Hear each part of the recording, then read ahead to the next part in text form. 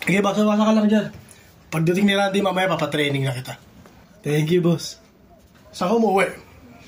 Sa Pasig po. Pero ano, boss, galing ako ng Caloocan. Kakalipat ko lang ng Pasig. Saan sa Caloocan? Sa may 100. Taga doon lang ako eh. O doon ako, boss. Malapit lang ako doon. Sa may tricyclean doon. Nakupahan ako doon dati kay kay Aling Danica. Kilala niyo yun? Danica? Danica. Yung maliit, boss, na na nagpapaupa doon na matanda. Doon ako natira, 6 months ako doon.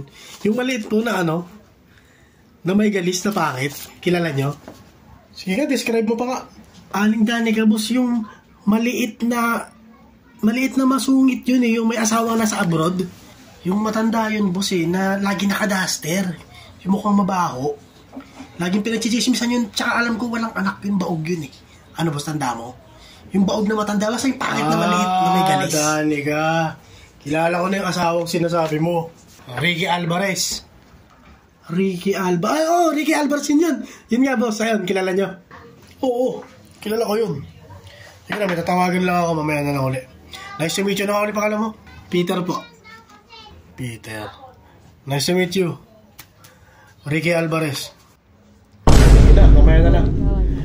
Tatawagan ko lang muna yung misis kong maliit, na malaki mata, naka-duster, puro galis na baog na si Danica. Okay lang?